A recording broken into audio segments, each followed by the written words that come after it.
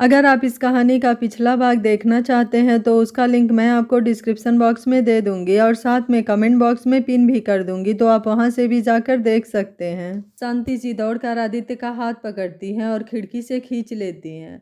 आदित्य बोला, छोड़ दीजिए, मुझे मर जाने दीजिए। सोना के बिना मैं जिंदा नहीं रह सकता हूँ, प्लीज़ मुझे मर जाने दीजिए। अनुराधा जी और शांति जी दोनों आदित्य को समझाने की बहुत कोशिश करती हैं, पर वो किसी की बात नहीं सुनता है। शांति जी जोरदार थप्पड़ आदित्य को मार देती हैं। शायद आदित्य को अपनी सेंस में लाने का और कोई रास्ता नहीं था। शांति जी बोली, पागल हो गए हो क्या? सोना मर गई तो क्या हुआ? आपकी माँ तो जिंदा है, एक बार उसकी तरफ भी देख लो। पर आदित्य फिर भी सोना के नाम की ही रट लगाए रहता है और वो फिर से हाथ छुड़ाकर भागने की कोशिश करता है। शांति जी बोली, आपको सोना की कसम, वहीं रुक जाइए। आदित्य के कदम वहीं ठहर जाते हैं, वो वहीं बैठ जाता है और ज़ोर ज़ोर से रोने लगता है। दोनों से ही आदित्य का दर्द देखा नहीं जाता है, पर वो कर भी क्या सकते थे। आदित्य बोला, मुझे एक बार सोना को देखना है। शांति जी और अनुराधा जी दोनों एक दूसरे का मुंह देखती हैं। आदित्य बोला, क्या हुआ? क्या आप लोगों ने मेरे बिना ही सोना का अंतिम संस्कार भी कर दिया? दोनों ही नीचे सर झुकाकर खड़ी थीं। आदित्य की आंखों से आंसू बह रहे थे। आप लोग ऐसा कैसे कर सकते हो? आप लोगों ने आखिरी बार मुझे मेरी सोना को देखने भी नहीं दिया। क्यों? ऐसा क्यों किया? कितने दिन हुए हैं? पर कोई कुछ नहीं बोलता है। आदित्य गुस्से से, कितने दिन हुए हैं? शांति जी बोली, 6 दिन हुए। आदित्य बोला, बस इतना भी नहीं रुका गया आप लोगों से? क्यों? आखिर क्यों मुझसे मेरा हक छीना आप लोगों ने? आप लोग होते कौन हैं मेरे बिना मेरे पत्नी का अंतिम संस्कार करने वाले? मैं बेहोश था, मर थोड़ी ना गया था। कम से कम 10 दिन तक तो इंतजार ही कर लेते। यह हॉस्पिटल है, यहाँ महीने भर तक रख सकते हैं। आप लोग 10 दिन भी नहीं रुक सके। अब इस दुनिया में मेरा सब कुछ खत्म हो गया है। मैं जीना ही नहीं चाहता हूँ, मेरे जिंदा रहने की वजह ही खत्म हो चुकी है। इतना बोलकर आदित्य पास ही रखे चाकू से अपने हाथ की नस काटने जाता है। शांति जी झटके से आदित्य के हाथ से चाकू छीन लेती हैं। आदित्य जी, ये क्या करने जा रहे थे? आदित्य गुस्से से, कोई रिश्ता नहीं है आपका मुझसे, जो था वो आपने निभाया नहीं। अब आप किस हक से मुझे रोक रही हैं? मर जाने दीजिए, मुझे कुछ भी नहीं रखा है अब इस जिंदगी में। शांति जी गुस्से से बोली, एक माँ होने के नाते रोक रही हूँ। आदित्य बोला, आप कोई मेरी माँ नहीं है। अरे जो माँ है उसने भी अपने बेटे के बारे में नहीं सोचा, उसने भी आपके साथ मिलकर मुझसे मेरी सोना को आखिरी बार देखने का हक भी छीन लिया। आदित्य गुस्से से अपनी माँ की तरफ देखता है, जो चुपचाप कोने में खड़ी अपने बेटे को ही देख रही थी, जो उसे बिना गलती के अपराधी मान रहा था। आदित्य बोला, इसलिए आप लोग मेरे रास्ते में मत आइए। शांति जी बोली, आपकी माँ नहीं हूँ तो क्या हुआ? सोना की तो माँ हूँ ना, और एक माँ होने के नाते अपनी बच्ची की आखिरी इच्छा तो पूरी कर सकती हूँ ना। आदित्य बोला, क्या क्या मतलब है? आपको सोना ने आखिरी बार आपसे बात की थी? क्या बात की थी? क्या कहा था? प्लीज़ बताइए ना, मुझे जानना है। आदित्य शांति जी का हाथ पकड़कर गिड़गिड़ाता है कि वो उसे सोना के बारे में बताएं। शांति जी, सोना ने आखिरी बार यही कहा था कि वो रहे ना रहे, पर आप उसके और उसके प्यार को जिंदा रखना। मरते वक्त भी मेरी बच्ची आपकी ही चिंता कर रही थी। उसे यही दुख था कि उसके जाने के बाद आप कैसे जिंदा रहेंगे। उसने मुझसे वादा लिया था कि उसके जाने के बाद हम सब आपका ध्यान रखेंगे और आपको कुछ भी ना होने दें। तो बस अपनी बच्ची की आखिरी इच्छा का ही मान रखने की कोशिश कर रही हूँ। अब आपके ऊपर है, आप क्या करते हो? सोना की आखिरी इच्छा का मान रखते हो या अपने दुख में दुखी होकर अपनी जान? आदित्य स्तब्ध सा रह गया था। उसे सोना को आखिरी इच्छा का मान भी रखना था और वो उसके बिना सांस लेने के बारे में सोच भी नहीं सकता था। आदित्य बिना कुछ बोले वहां से चला जाता है। अनुराधा जी बोली, तूने यह क्या किया? शांति जी बोली, एक बच्चे को खो चुके हैं, दूसरे को नहीं खो सकते हैं, इसलिए जो दिमाग में आया बोल दिया, कुछ सूझा ही नहीं उस समय। पुरानी बातों को याद करके दोनों सहेलियां आपस में गले मिलकर अपना दुख कम कर रही थी। इधर आदित्य भी अपने बिजनेस के सिलसिले में इंडिया से बाहर जाता है। न्यूयॉर्क शहर आहान रायू को कॉलेज छोड़ने के लिए जाता है। वो जैसे ही जुल के घर पहुंचता है, उसे एक अर्जेंट कॉल आ जाता है। आहान फोन पर, तुम उन्हें रोको, मैं आधे घंटे में पहुंच जाऊंगा। उधर से कोई कुछ बोलता है। आहान बोला, तुम्हें पता है मैं रायू को कॉलेज छोड़ने जा रहा हूँ, फिर ही आ पाऊंगा, तब तक तुम संभालो। आहान उससे फ़ोन पर ही बहस करता है। रायू बोली, आहान तुम जा सकते हो, हम दोनों कॉलेज चले जाएंगे। आहान बोला, नहीं मैं छोड़ दूंगा। रायू, आपको ज़रूरी काम नहीं होता तो छोड़ देते, पर अभी काम शायद ज़रूरी होगा, आपको जाना चाहिए। आहान बोला, नहीं, मैं तुम्हें अकेले नहीं जाने दूंगा। रायू बोली, क्या तुम्हें मुझ पर भरोसा नहीं है? इतना बोलते हुए उदास हो जाती है। आहान उसे कभी कहीं अकेले नहीं जाने देता है, वो हमेशा उसके साथ रहता है। आहान उसका ध्यान रखता है, यह उसे अच्छा तो लगता है, पर कभी कभी उसे घुटन भी होने लगती है। आहान बोला, नो वे रायू, ऐसा नहीं है, मुझे तुम पर पूरा भरोसा है, पर मुझे डर लगता है तुम्हें कहीं कुछ हो ना जाए। रायू बोली, तो फिर ठीक है, हमारे लिए कैब बुक कर दो और तुम अपने ऑफिस चले जाओ। आहान बोला, पर मैं तुम्हें छोड़ दूंगा ना। रायू जिद करते हुए, नहीं, अगर आज तुमने हमें अकेले नहीं जाने दिया तो मैं समझ जाऊंगी कि तुम्हें मुझ पर भरोसा नहीं है। वैसे भी मैं अकेली नहीं हूँ। आहान कुछ सोचकर कैब बुक करता है और रायू को ध्यान रखने का बोलकर चला जाता है, साथ ही जुल को भी आंखों से इशारा करता है। थोड़ी ही देर में जुल के फ़ोन पर आहान का मैसेज आता है, जिसमें बहुत सारे इंस्ट्रक्शन थे जो जुल को 5 साल से ही मिल रहे थे। आज दोनों अकेली थी, उसमें 4-5 पॉइंट और ऐड हो गए थे। फिर कैब आ जाती है और दोनों ही कॉलेज के लिए निकल जाते हैं। कॉलेज में दोनों फ्री टाइम में कॉलेज के गार्डन में रायू जुल से कहती है, जुल, आहान का मेरी इतनी परवाह करना मुझे अच्छा तो लगता है, पर घुटन भी महसूस होती है। वो मुझसे इतना प्यार करता है, इतनी केयर करता है, मेरी हर बात मानता है, पर फिर भी मुझे कुछ अच्छा नहीं लगता है। आज उसने जब मुझे गले से लगाया मुझे अच्छा नहीं लगा। जब दो लोग एक दूसरे को प्यार करते हैं तो उनके बीच एक अलग कनेक्शन होता है, पर मुझे आहान के साथ कभी वैसा महसूस ही नहीं हुआ। आहान ने कहा है कि हम दोनों बचपन से एक दूसरे से प्यार करते हैं। क्या सच में ऐसा है? मैं बहुत याद करने की कोशिश करती हूँ, पर कुछ याद नहीं आता है। तुम भी हमारे बचपन की दोस्त हो तो तुम्हें तो पता होगा ना, तुम मुझे कुछ बताओ ना। जुल हड़बड़ा जाती है, उसे समझ नहीं आता है कि वो क्या बोले, क्योंकि वो जानती है कि जो आहान ने बताया है रायू को ऐसा कुछ नहीं है, पर वो रायू को सच नहीं बता सकती थी। इसके पीछे भी आहान की प्लानिंग थी। जुल बोली, नहीं रायू, ऐसा नहीं है, तुम भी आहान को बचपन से ही प्यार करती हो, कभी उसके पास किसी और को जाने नहीं देती थी। मुझे भी कभी आहान से बात नहीं करने देती। कभी आहान किसी और लड़की से बात कर ले तो तुम बहुत गुस्सा हो जाती थी और आहान बहुत मुश्किल से तुम्हें मनाता था। दोनों बहुत मस्ती करते, पार्क में खेलते, साइकिल चलाते, बहुत मज़े करते। बचपन से सबको यही लगता था कि तुम दोनों एक दूसरे के लिए ही बने हो। फिर दोनों अलग हो गए। रायू बोली, अलग हो गए? कहाँ अलग हुए? जुल होश में आते हुए, अरे मेरा मतलब था कि तुम्हारा एक्सीडेंट हो गया और तुम्हारी याददाश्त चली गई और तुम आहान को भूल गई, इसलिए अलग हो गए। रायू बोली, अच्छा, पर मुझे ये क्यों नहीं याद आता? क्यों मुझे अजनबी जैसा लगता है? सब कुछ मेरा है पर मेरा नहीं लगता है। जुल बोली, तुम कुछ ज़्यादा ही सोच रही हो। रायू बोली, मुझे अपने से ज़्यादा आहान के लिए बुरा लगता है। मैं चाह कर भी उसे वो प्यार नहीं दे पा रही हूँ जो वो चाहता है। वो कोशिश करता है मेरे पास आने की, पर पता नहीं क्यों मुझे बिल्कुल अच्छा नहीं लगता, बहुत घुटन महसूस होती है। वैसे आहान ने कभी मुझ पर अपना प्यार ज़बरदस्ती नहीं थोपा, पर सच कहूँ तो कभी कभी लगता है कि यहाँ से भाग जाऊँ, पर जाऊँ भी कहाँ? इस दुनिया में मेरा है ही कौन? तभी आहान का कॉल आता है। रायू उससे बात करने लग जाती है। जुल अपने मन में, आहान ने बताया था कि रायू का हस्बैंड उसे बहुत टॉर्चर करता था, मारता पीटता था। फिर रायू आहान को पसंद करने लग गई और जब उसे यह पता चला तो उसने रायू का एक्सीडेंट करवा दिया। उसी ने रायू की याददाश्त चली गई। याददाश्त जाने के बाद इंसान सब कुछ भूल सकता है, पर प्यार और उसके एहसास को कैसे भूल सकता है? रायू के मन में आहान के लिए कोई जज्बात नहीं है। अगर रायू आहान से प्यार करती है तो भले ही उसे भूल जाए, पर उसके एहसास को तो महसूस करती। जुल दोनों हाथों से अपना सिर पकड़ते हुए, ओ गॉड, क्या सच क्या झूठ, मुझे कुछ समझ नहीं आ रहा है। एक तरफ रायू इतनी मासूम, इतनी नेक दिल लड़की, दूसरी तरफ आहान मेरे बचपन का दोस्त। मैं क्या करूं, कुछ समझ नहीं आ रहा है। रायू जुल के कंधे पर हाथ रखते हुए, क्या हुआ जुल, तबीयत खराब है क्या? जुल रायू को गले लगाते हुए, हाँ थोड़ी लग रही है। रायू बोली, ठीक है, कोई बात नहीं, हम घर चलते हैं। जुल अपने मन में, तुम बहुत अच्छी हो रायू, मैं तुम्हारे बारे में पता लगा कर रहूँगी। रायू बोली, चले आहान, बस पहुँचता ही होगा।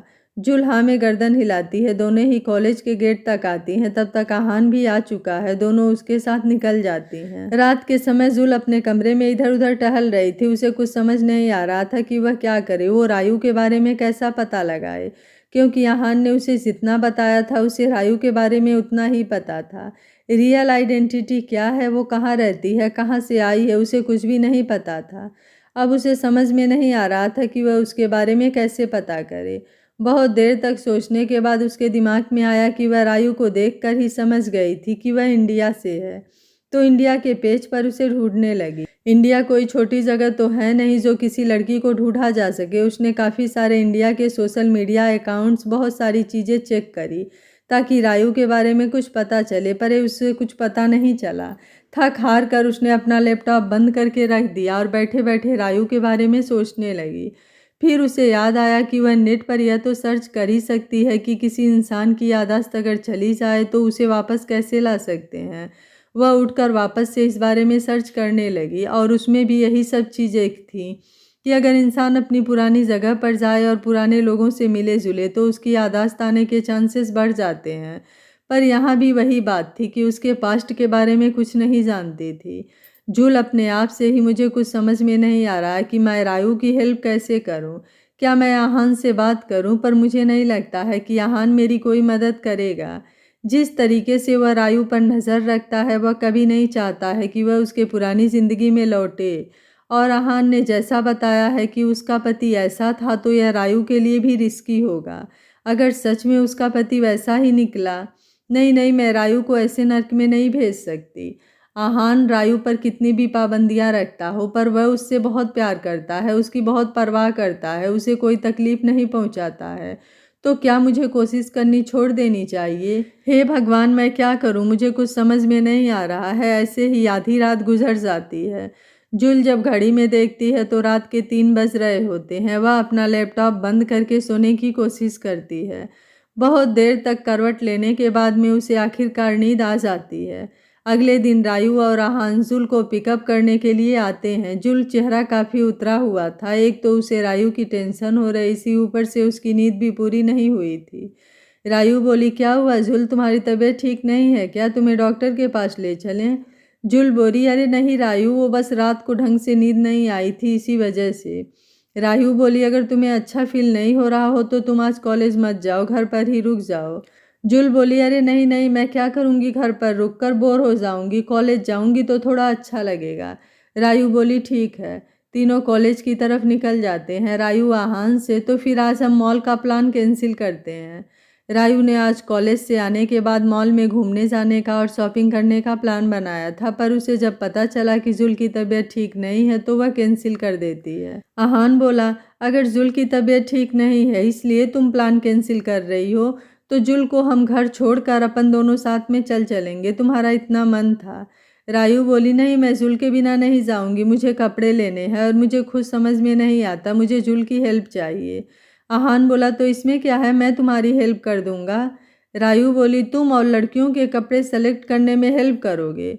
आहान बोला, क्यों नहीं कर सकता? रायू बोली, नहीं, मुझे कोई शौक नहीं है कार्टून बनने का, मैं तो जुल के साथ ही जाऊंगी, वो बहुत अच्छी शॉपिंग करवाती है। आहान जुल की तारीफ सुनकर चिढ़ जाता है। ऐसा नहीं था कि वो जुल को पसंद नहीं करता था, जुल की उसकी बचपन की दोस्त थी, पर रायू आहान से ज़्यादा जुल से अटैच है और वो कभी उसके साथ अकेले नहीं जाती है, हमेशा जुल भी उसके साथ रहती है। आहान बोला, पर आज जुल की तबीयत ठीक नहीं है ना? रायू उदास होते हुए, कोई बात नहीं, किसी और दिन चलेंगे। जुल, जो कब से दोनों की बातें सुन रही थी, कोई बात नहीं, मैं तुम्हारे साथ में चलूंगी। रायू बोली, नहीं, तुम्हारी तबीयत ठीक नहीं है, तुम्हें रेस्ट करना चाहिए।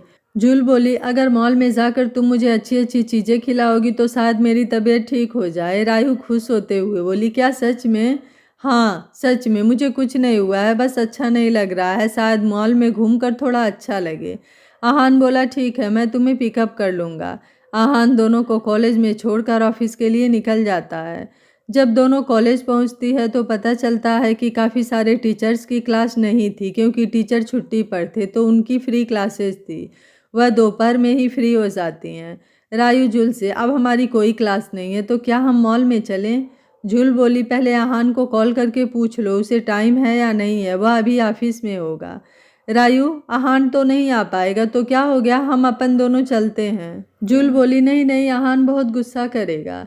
रायू बोली, तुम आहान से इतना डरती क्यों हो? जुल अपने मन में, तुमने अभी तक उसका गुस्सा नहीं देखा है, वरना तुम्हें पता चलता कि मैं इतना क्यों डरती हूँ। रायु बोली, क्या हुआ जुल, कहाँ खो गई? जुल बोला, नहीं, एक बार आहान को कॉल करके पूछ लो। रायु चिढ़ते हुए, मैं नहीं कॉल करने वाली। जुल बोली, अच्छा ठीक है, उसे मैसेज में तो बता दो कि हम मॉल जा रहे हैं, जैसे ही उसके काम से फ्री होगा वह सीधा वहीं आ जाएगा। प्लीज़ इतना तो कर लो, वरना वो बहुत परेशान हो जाएगा। तुम तो जानती हो वो तुम्हें लेकर कितना परेशान हो जाता है। रायु बोली, ठीक है, पर मैं उसे कॉल नहीं करूँगी, वह आज मीटिंग में होगा, सुबह बता रहा था कि बहुत इंपॉर्टेंट मीटिंग है। अब मैं मैसेज ड्रॉप कर देती हूँ। जुल बोली, ठीक है, तो मैसेज तो कर दो। रायु आहान को मैसेज करती है। इधर जुल भी आहान को कॉल करती है, पर वह कॉल रिसीव नहीं करता है। वह बार बार रायु से नज़र बचाकर कॉल करती है, पर आहान कॉल नहीं उठाता। वह सचमुच मीटिंग में था, उसका फ़ोन साइलेंट था। रायु आहान को मैसेज करके, अब तो ठीक है, अब तो चलें।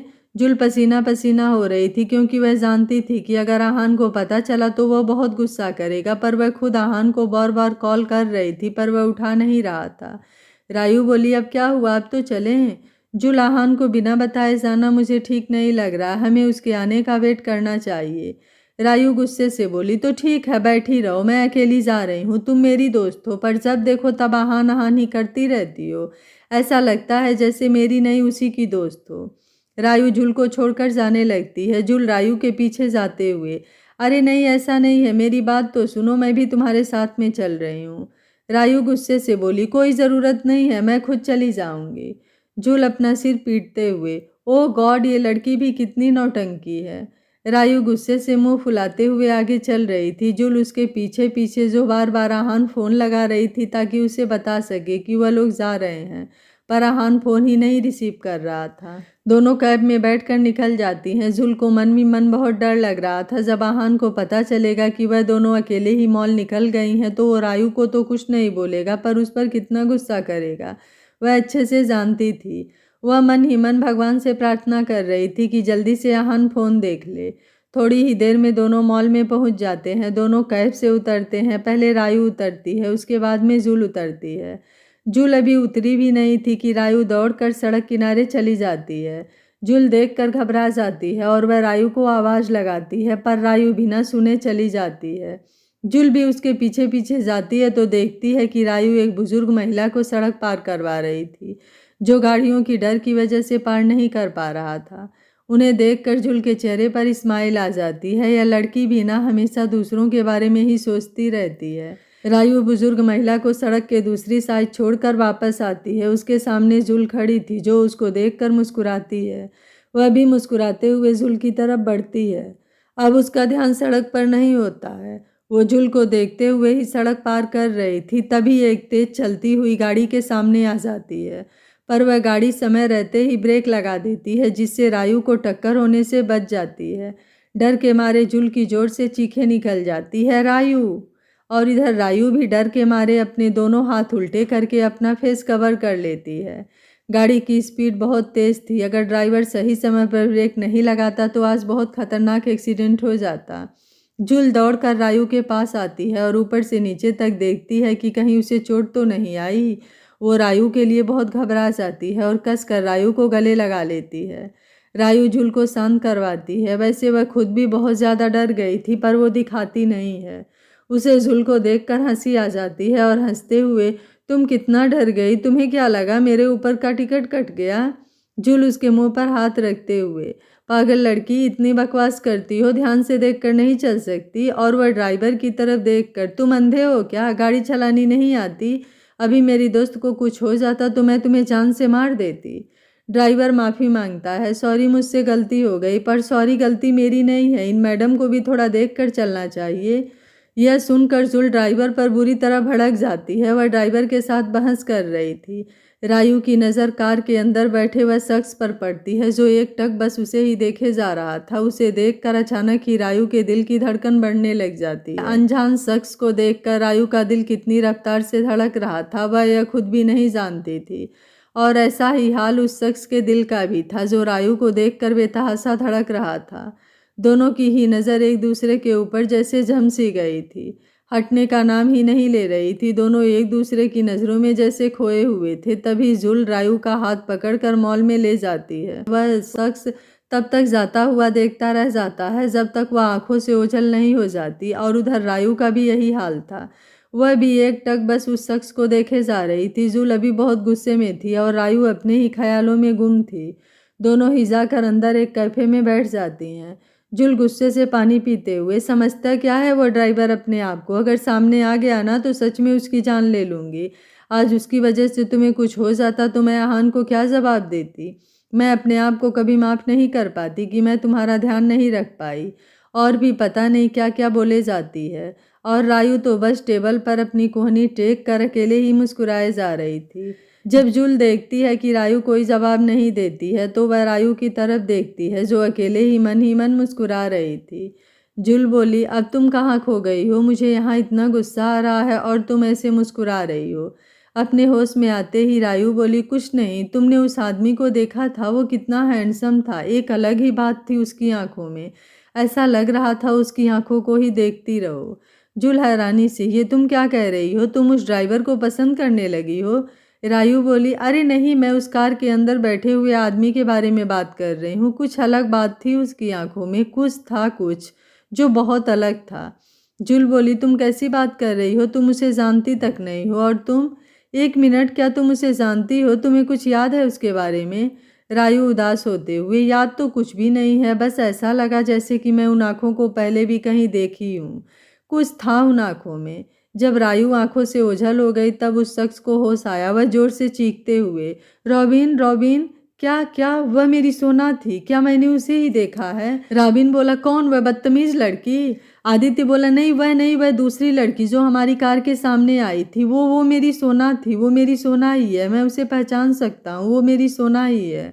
रॉबिन बोला, नहीं सर, ऐसा नहीं हो सकता। मैम को इस दुनिया से गए हुए 5 साल हो गए हैं। आपको कोई गलतफहमी हुई है। आदित्य गुस्से से, नहीं, मुझे कोई गलतफहमी नहीं हुई है।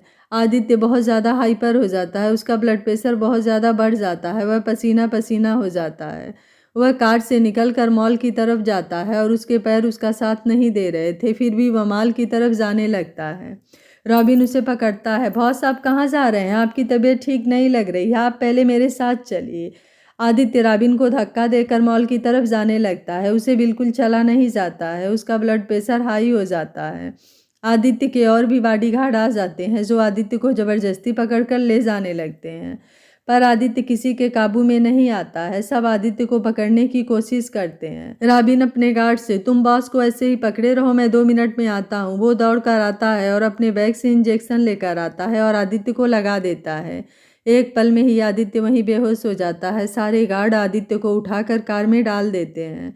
रॉबिन को आदित्य के लिए बहुत बुरा लगता है। ऐसा पहली बार नहीं हुआ था। जब जब सोना की याद आदित्य पर हावी होती थी तब तब उसके साथ में ऐसा ही होता था, पर आज कुछ हद से ज़्यादा था। इसलिए रॉबिन को आदित्य को लेकर हॉस्पिटल जाना पड़ा। आहान जब अपनी मीटिंग से फ्री होता है तो वह अपना फ़ोन देखता है जिसमें जुल के कई सारे मिस्ड कॉल थे।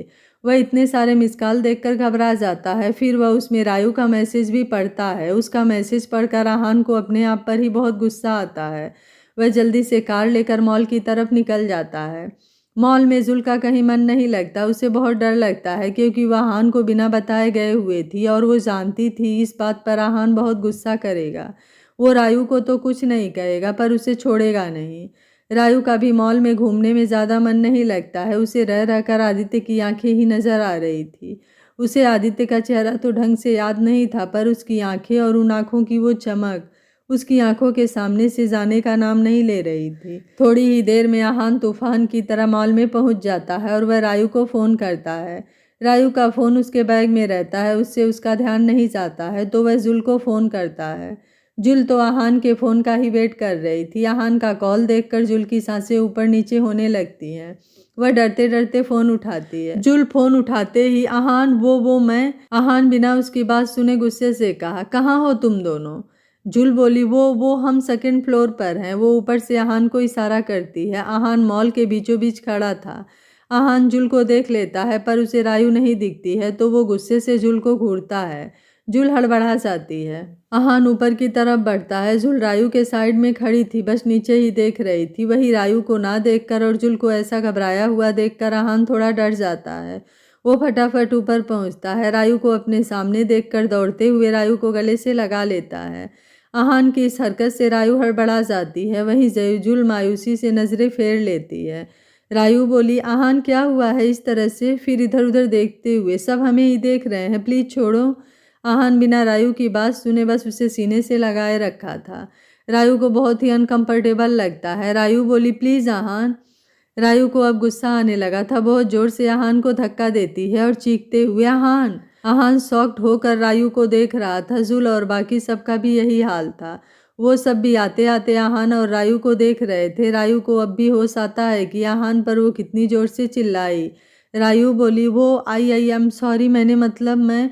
आहान कुछ नहीं बोलता है, वो पलट कर जाने लगता है। रायू बोली, प्लीज आहान सुनो। आहान रुक जाता है। रायू बोली, ओ आई एम सॉरी, वो सब लोग ऐसे घूर घूर के देख रहे थे, मुझे अच्छा नहीं लग रहा था।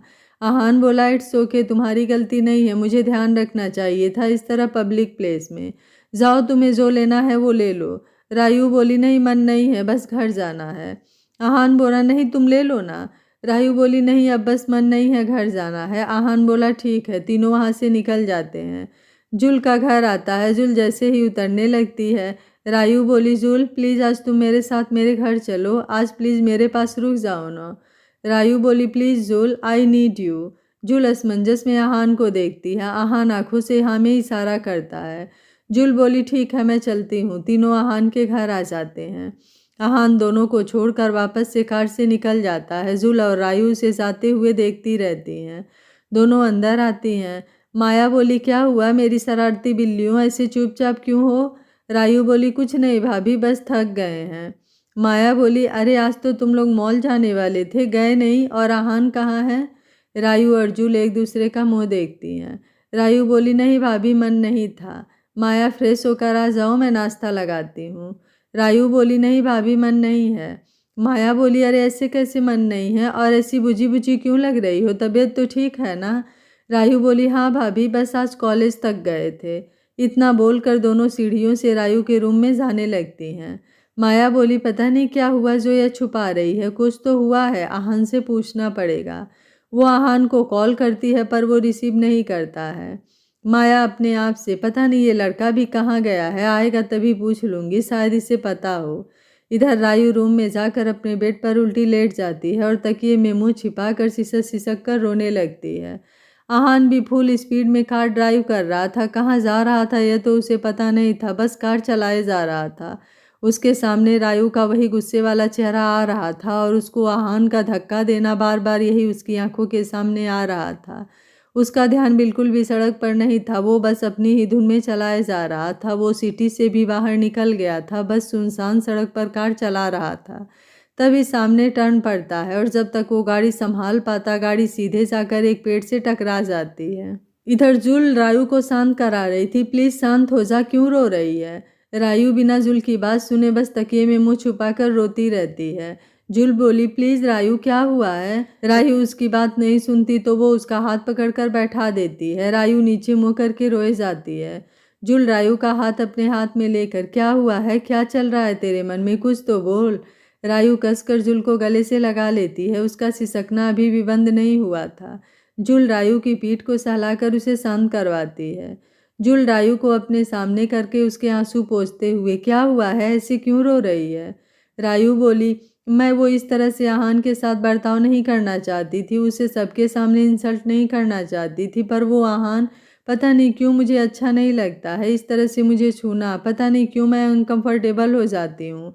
मैं नहीं चाहती आहान के साथ ऐसा बर्ताव करना, पर उसका इस तरह पास आना, मुझे गले लगाना, पता नहीं क्या है हमारे बीच में जो मुझे उसके पास जाने से रोकता है। पर मेरा दिल नहीं मानता है। मैं मानती हूँ कि आहान मुझसे बहुत प्यार करता है, मेरी बहुत केयर करता है, पर मैं उसे वो प्यार नहीं दे सकती हूँ। उसका यह प्यार मेरे लिए घुटन बनता जा रहा है। उसका मुझे लेकर ओवर प्रोटेक्टिव होना, मुझे अकेले जाने आने से रोकना, किसी से भी बात न करने देना, यह सब अच्छा नहीं लगता है। मुझे ऐसा लगता है कि जैसे मैं किसी कैद में हूँ, ऐसा लगता है जैसे मैं यहाँ से भाग जाऊँ। यह घर मुझे एक पिंजरे जैसा लगने लगा है। जुल बोली, ये सब क्या कह रही हो, तुम तो बहुत खुश हो ना यहाँ। रायू बोली, नहीं बिल्कुल नहीं, मैं बिल्कुल खुश नहीं हूँ। इस तरह से मैंने अपनी पूरी कोशिश की, पर मैं आहान से प्यार नहीं कर पा रही हूँ। यह बात मैं उसे भी नहीं समझा पा रही हूँ। एक्सीडेंट के पहले शायद मैं करती होंगी उससे प्यार, पर मैं अब नहीं करती हूँ, क्योंकि यह मुझे भी नहीं पता, मेरा दिल गवाही नहीं देता है कि मैं आहान के साथ आगे की ज़िंदगी बिताऊँ। पर इस दुनिया में मेरा कोई है भी नहीं, मैं किसके पास जाऊँ, मुझे कुछ याद भी नहीं है। कभी कभी तो मुझे यह ज़िंदगी ही झूठी लगती है। काश कि मेरे मम्मी पापा के साथ मेरा भी एक्सीडेंट हो जाता, कम से कम ऐसे अजनबी सी ज़िंदगी तो नहीं जीनी पड़ती। जूल, ये तू क्या बोल रही है, रायू ऐसा नहीं बोलते हैं। रायू रोते हुए फिर से जुल के गले लग जाती है। इधर आहान की अचानक टक्कर से आहान बेहोश हो जाता है, पर थोड़ी ही देर में उसे होश आता है। उसके सिर पर थोड़ी सी चोट आई थी।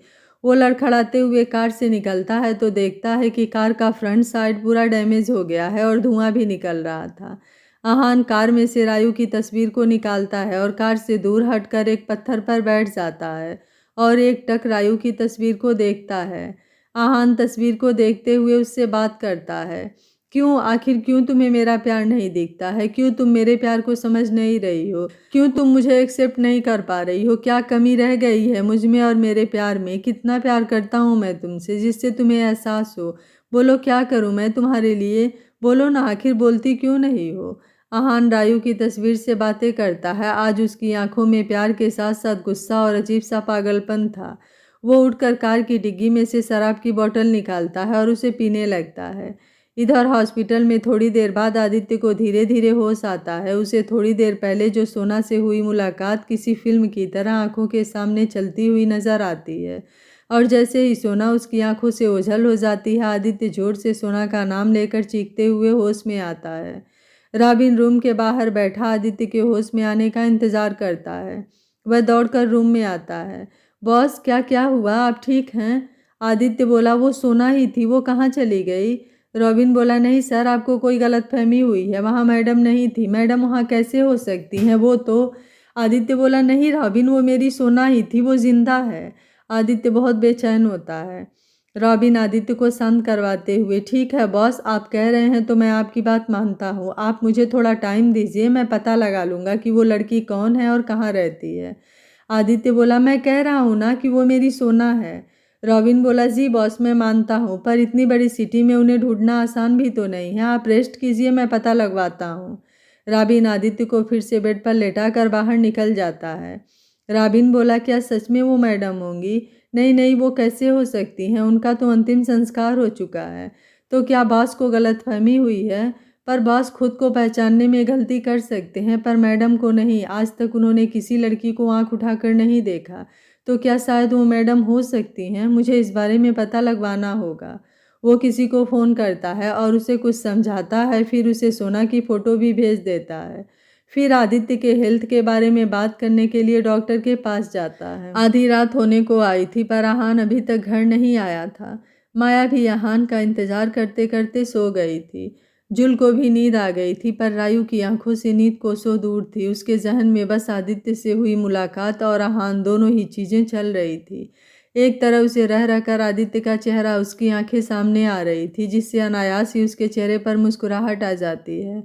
फिर जैसे ही वो आगे कुछ सोचती है, उसे आहान का ख्याल आ जाता है कि आहान उससे कितना प्यार करता है, उसकी कितनी केयर करता है। किसी और के बारे में सोचकर वो आहान के साथ चीटिंग नहीं कर सकती है।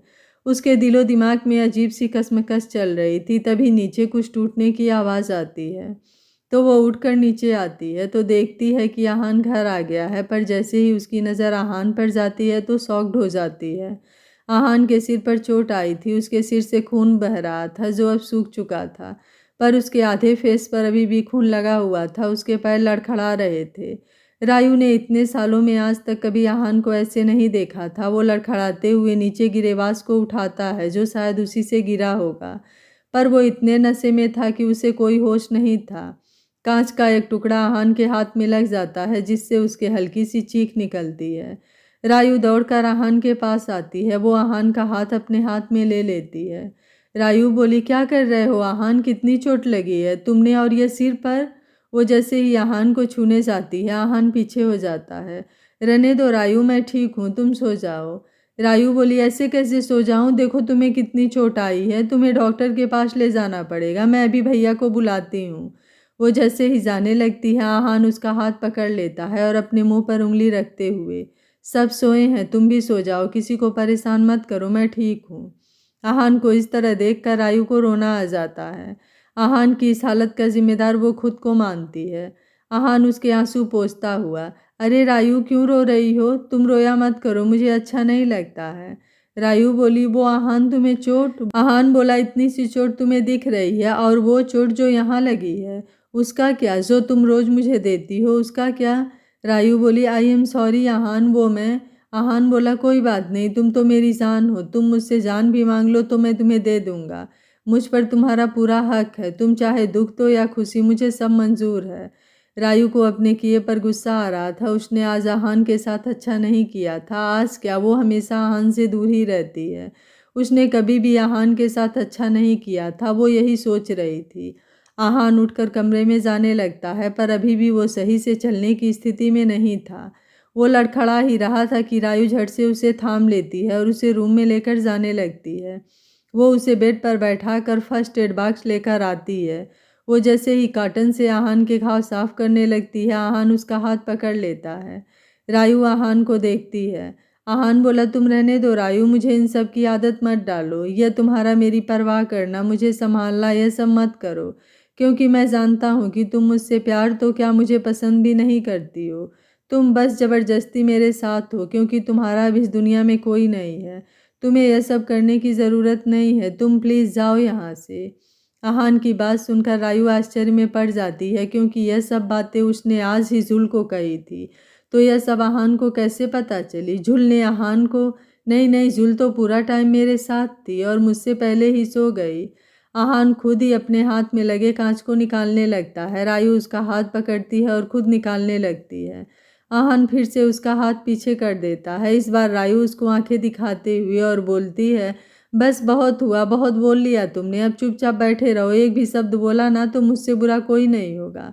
आहान चुप हो जाता है और बस एकटक रायू को देखता है।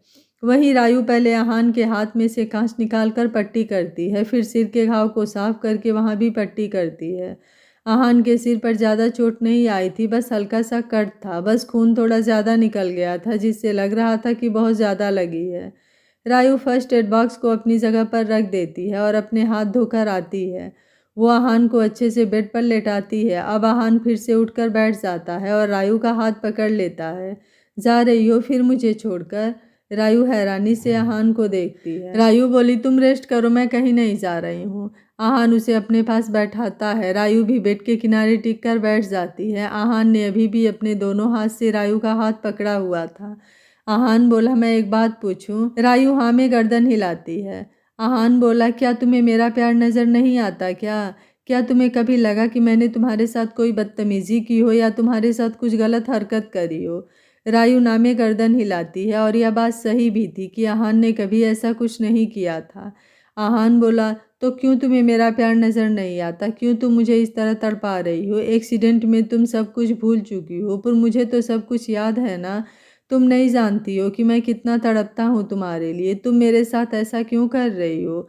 बोलते बोलते आहान की आंखों में आंसू आ जाते हैं। रायू को आहान के लिए बहुत बुरा लगता है। रायू खुद से ही आहान को हक कर लेती है। रायू मन में, जानती हूँ कि तुम मुझसे बहुत प्यार करते हो, पर मैं नहीं कर पाती हूँ, पता नहीं क्यों, पर मैं कोशिश करती हूँ लेकिन नहीं कर पा रही हूँ, मैं क्या करूँ, मेरे बस में ही नहीं है। रायू के दिमाग में कुछ और चलता है। वहीं आहान के चेहरे पर एक शरारती मुस्कान खेल जाती है। आहान अभी भी हल्का हल्का सिसकता है और कसकर रायू को गले लगा लेता है। उसकी इस हरकत से रायू चौंक जाती है, क्योंकि आहान अभी भी सदमे में था। वो रायू से थोड़ा दूर होता है और अपने दोनों हाथ से रायू का फेस पकड़कर अपने सामने करते हुए धीरे से और दर्द भरी आवाज में, मुझे छोड़कर तो नहीं जाओगी ना? रायू नामे गर्दन हिलाती है। आहान आगे बढ़कर रायू के गालों को चूम लेता है। यह देखकर एक पल के लिए रायू चौंक जाती है। उसकी आंखें बड़ी बड़ी हो जाती हैं। आहान की इतनी करीबी वो बर्दाश्त नहीं कर पाती है और आहान को धक्का देते हुए उसके रूम से भाग जाती है। उसे जाते देखकर एक पल के लिए आहान को गुस्सा आता है, पर अगले ही पल रायू उसके इतने करीब थी यह सोचकर फिर वह मुस्कुरा देता है और अपने मुस्कुराते हुए तुम कितनी भी कोशिश कर लो मुझसे दूर जाने की, पर मैं कभी तुम्हें खुद से दूर नहीं जाने दूंगा रायू। क्या कह रही थी तुम जुल को कि यह घर तुम्हें पिंजरा लगता है? तो जान, तुम्हें इस पिंजरे की आदत डालनी ही होगी। इस पिंजरे को छोड़कर तुम कहीं नहीं जा सकती। मैं तुम्हें कहीं जाने ही नहीं दूंगा।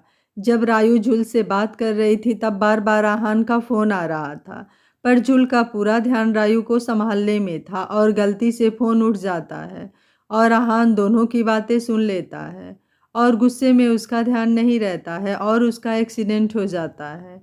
और अभी जो नीचे कुछ भी हॉल में हुआ, वास का गिरना, आहान को चोट लगना, उसका लड़खड़ाना, यह सब आहान की ही चाल थी, क्योंकि जब वो घर आया तो रायू के रूम की लाइट चालू थी और आहान जानता था कि यह रायू ही होगी जो गिल्ट के मारे जाग रही होगी, क्योंकि सोना को वो बहुत अच्छे से जानता था कि उसे अपने आज के किए पर पछतावा हो रहा होगा। इसलिए आहान ने यह सब नाटक किया। यह सब सोचकर आहान के चेहरे पर और लंबी मुस्कुराहट आ जाती है। इधर रायू अपने रूम में आती है और बाथरूम में भाग जाती है और शावर के नीचे खड़ी हो जाती है, जोर जोर से अपने गालों को रब करती है। उसे आहान की हरकत पर बहुत गुस्सा आ रहा था। उसे आहान का छूना बहुत गंदा लगा था। उसे अपने आप से चिढ़ हो रही थी। इधर हॉस्पिटल में आदित्य को बहुत बेचैनी हो रही थी। उसे नींद का इंजेक्शन भी दिया गया था, पर वो नींद में भी बेचैन था। डॉक्टर भी हैरान थे कि इतना हैवी डोज देने के बाद भी आदित्य को सही से नींद नहीं आ रही थी। रॉबिन आदित्य को लेकर परेशान था। उसने अपने आदमियों को फ़ोन किया, पर अभी तक सोना के बारे में कोई अपडेट नहीं मिली। आदित्य बेड पर लेटे लेटे बेचैनी से छटपटा रहा था। उसके दिलो दिमाग में क्या चल रहा था यह तो बस वही जानता था। अगले दिन सुबह रायू को रात भर नींद नहीं आई थी। उसे रह रहकर आहान की हरकत याद आ रही थी, जिससे उसे बहुत बुरा लग रहा था और उसकी आंखों के कोरों से आंसू बह रहे थे। जुल भी अब उठने लगी थी। यह देखकर रायू जल्दी से उठकर फ्रेश होने चली गई थी। थोड़ी ही देर में वो नहाकर तैयार होने लगती है। जुल बोली, रायू क्या बात है, आज इतनी जल्दी?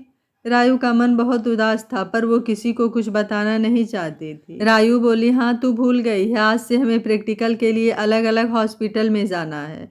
जल्दी से तैयार हो जा, पहले कॉलेज जाना है और फिर हॉस्पिटल भी। जुल अपने सिर पर हाथ रखते हुए, ओ गॉड, मैं तो भूल ही गई थी। वो फटाफट तैयार होती है। जुल अक्सर यहाँ रुकती है तो उसके कपड़े और ज़रूरत का सामान भी यहाँ रहता है। दोनों तैयार होकर नीचे आती हैं। माया बोली, अरे आज मैं कोई सपना तो नहीं देख रही हूँ। यह लड़की बिना जिद करे तैयार होकर नीचे आ गई। क्या बात है? कल रात में ऐसा क्या खाया था कि आज इतना बदला हुआ रूप देखने को मिल रहा है? रात की बात सुनकर जहाँ रायू के चेहरे पर आई मुस्कुराहट भी चली गई और कल रात आहान और उसके बीच को हुआ सोचकर वो कसकर आंखें बंद कर लेती है। उसे नफरत सी होती है। वहीं सीढ़ियों से उतरते हुए आहान सुनता है तो उसके चेहरे पर गहरी मुस्कान आ जाती है। सभी आकर डाइनिंग टेबल पर नाश्ता करते हैं। माया आहान को देखते हुए, अरे आहान, यह क्या हुआ, यह चोट? आहान बोला, कुछ नहीं भाभी, छोटा सा एक्सीडेंट हो गया था। जुल भी आहान को देखकर परेशान हो जाती है। उसका मन करता है वो दौड़कर जाए और आहान को गले से लगा ले, पर वो ऐसा कर नहीं सकती थी। आहान का भाई विक्रम भी आ जाता है। अरे ध्यान कहाँ रहता है तुम्हारा? अच्छा हुआ ज़्यादा नहीं लगी। आहान मुस्कुराते हुए, चिंता मत करो भैया, भाभी मैं ठीक हूँ। आहान रायू की तरफ देखता है। वो नीचे मुँह करके नाश्ता करती है। रायू रोज के मुकाबले काफ़ी चुप चुप थी। माया यह बात नोटिस कर रही थी, पर वो कुछ नहीं बोलती है। बाद में इस बारे में आहान से बात करने का सोचती है। माया बोली, रायू आज से तो तुम्हें हॉस्पिटल जाना होगा ना? कौन से हॉस्पिटल में जाओगी? रायू बोली, पता नहीं भाभी, पहले कॉलेज जाना है और फिर वहाँ से पता चलेगा कि कौन से हॉस्पिटल जाना है। आहान को भी याद आता है कि कल कॉलेज जाते टाइम रायू ने उसे बताया था कि अब थोड़े दिनों के लिए वो हॉस्पिटल जाएगी ताकि वो वहाँ की लाइफ एक्सपीरियंस कर सके और उससे उनके प्रैक्टिकल में भी हेल्प मिल सके। आहान रायू और जुल को लेकर जाता है। आज पूरा टाइम रायू चुप थी। आहान भी उससे बात करना चाहता था, पर जुल की वजह से नहीं कर पा रहा था। थोड़ी ही देर में वो कॉलेज पहुंच जाते हैं। दोनों उतर कर जाने लगती हैं। आहान बोला, जुल तुम चलो, मुझे रायू से कुछ बात करनी है। रायू आहान को देखती है। आहान बोलता है, प्लीज़ 2 मिनट। रायू बोली, पर वो हमें देर हो रही है, फिर हॉस्पिटल भी जाना है। आहान बोला, जुल तुम पता करो कौन से हॉस्पिटल जाना है। मैं और रायू यहीं तुम्हारा वेट कर रहे हैं। मैं तुम दोनों को हॉस्पिटल छोड़कर फिर निकल जाऊंगा। जुल जाने लगती है। रायु को आहान के साथ अकेले रहने में डर लगता है। वो नज़रें नीचे करके भी इधर उधर देखती है और अपने आप को शांत करने की कोशिश करती है। आहान बोला, क्या हुआ है, तुम सुबह से इतनी चुप चुप क्यों हो? रायु नीचे नज़रें करके ही रहती है। वो आहान को कोई जवाब नहीं देती है। आहान बोला, मैं कुछ पूछ रहा हूँ, क्या हुआ है?